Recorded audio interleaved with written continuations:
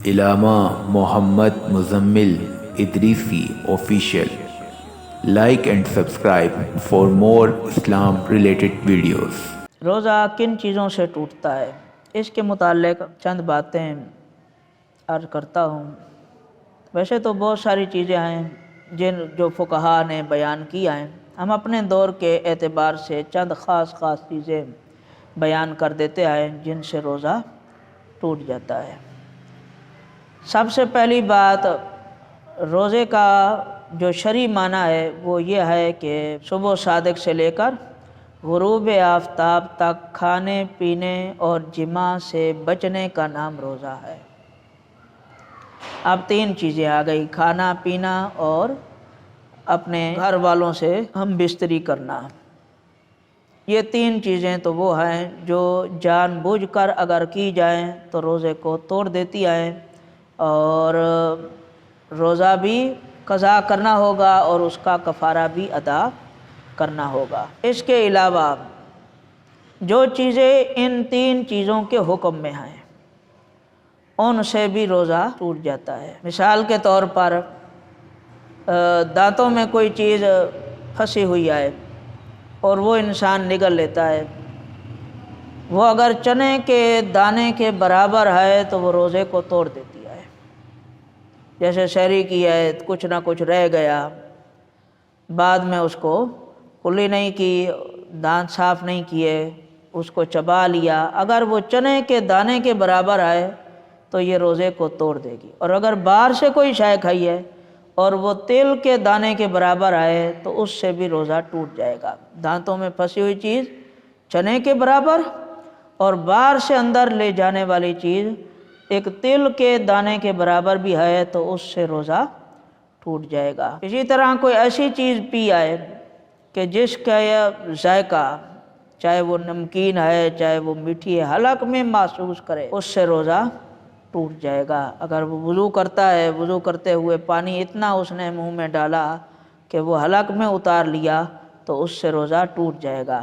اگر صرف کلی کیا ہے اور زبان کو اس کی نمکینی لگی ہے، حلق میں محسوس نہیں ہوا تو اس سے روزے پر کوئی اثر نہیں پڑتا۔ اسی طرح ہمارے ہاں کچھ دمے کے مریض ہیں، وہ ایک آلہ استعمال کرتے ہیں انہیلر نام کا، اس کے استعمال سے روزہ ٹوٹ جاتا ہے، کیونکہ اس کے ذریعے ایسی دوا ہے جو پھیپھڑوں تک پہنچائی جاتی ہے اور وہ پھیپھڑوں کو کام کرنے پر آمادہ کر دیتی ہے، لہٰذا ایسی دواؤں سے بھی روزہ ٹوٹ جاتا ہے۔ جو کسی بھی آلے کے ذریعے مائع چیز پھیپھڑوں تک پہنچائی جائے اس سے بھی روزہ ٹوٹ جاتا ہے۔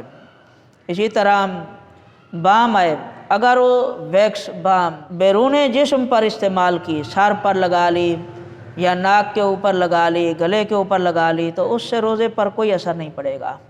اگر ناک کے اندر داخل کیا ہے تو اس سے روزہ ٹوٹ جائے گا۔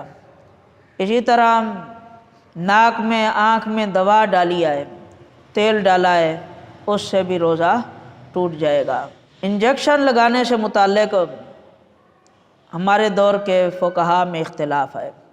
متقدمین یعنی اس دور سے پہلے کے جو علماء تھے ان کی یہ رائے تھی کہ انجیکشن لگانے سے روزہ نہیں ٹوٹتا، اور ان کے اپنے دلائل کتابوں میں موجود ہیں۔ میں صرف بطور خلاصہ چند ایک باتیں مسئلے کے طور پر عرض کر رہا ہوں۔ متقدمین کا تو یہی نظریہ تھا کہ انجیکشن لگانے سے روزہ نہیں ٹوٹتا، لیکن اس دور کے فقہا میں اختلاف ہے۔ بعض ایسے ہیں جن کی یہ تحقیق ہے اور وہ فرماتے ہیں کہ سائنس نے تحقیق کی ہے اور انسانی جسم کھل چکا ہے اور ہر چیز کے متعلق احکام واضح ہو چکے ہیں، تو لہٰذا یہ بات واضح ہے کہ انجیکشن لگانے سے جسم کی اصلاح ہوتی ہے، غذائیت پہنچائی جاتی ہے، دوا پہنچائی جاتی ہے، تو لہٰذا انجیکشن لگانے سے، گلوکوز کی بوتل لگانے سے روزہ ٹوٹ جاتا ہے۔ تو احتیاط اسی میں ہے کہ روزے کی حالت میں انجیکشن لگوانے یا گلوکوز لگوانے سے بچنا چاہیے۔ غبار ہے، جو دھول اٹھتی ہے وہ خود بخود ناک میں چلی گئی، یا کسی نے خوشبو لگائی اور اس نے سونگھ لیا، تو ان چیزوں سے روزہ نہیں ٹوٹتا۔